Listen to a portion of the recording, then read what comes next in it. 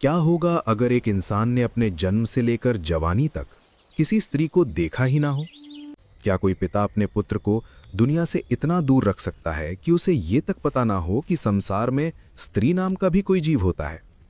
आज मैं आपको सुनाने जा रहा हूं रामायण काल के एक ऐसे रहस्यमयी ऋषि की सच्ची कहानी, जिसके माथे पर जन्म से ही एक सीन था, ऋष्यशृंग। महर्षि विभांडक के मन में एक गहरा भय बैठ गया था। दुनिया के छल कपट और मोह माया से अपने पुत्र को बचाने के लिए उन्होंने एक अत्यंत कठोर निर्णय लिया। उन्होंने ऋष्यशृंग का पालन पोषण एक घने एकांत जंगल में किया। उस वन में किसी भी स्त्री का प्रवेश पूरी तरह से वर्जित था। ऋष्यशृंग के लिए दुनिया में सिर्फ एक ही इंसान था, उनके पिता, और उन्हें लगता था कि संसार के सभी प्राणी बिल्कुल उन्हीं के जैसे दिखते हैं।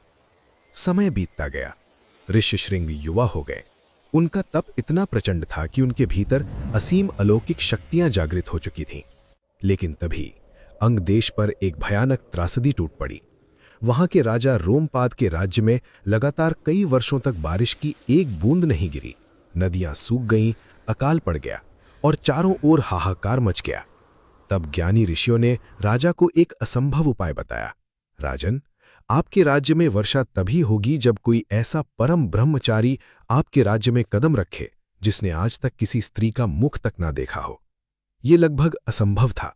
फिर एक ही नाम सामने आया, ऋष्यशृंग का। परंतु महर्षि विभांडक के विनाशकारी क्रोध से अंग देश को कौन बचाता? और उस युवा तपस्वी को, जिसने कभी कोई स्त्री नहीं देखी, उसे छल से जंगल के बाहर कैसे लाया जाता? राजा ने एक मायावी चाल चली। उन्होंने राज्य की सबसे रूपवान और चतुर देवदासियों को वन में भेजा। जब महर्षि विभांडक आश्रम में नहीं थे, तब ऋष्यशृंग ने पहली बार उन सुंदर स्त्रियों को देखा और वो पूरी तरह से भ्रमित हो गए।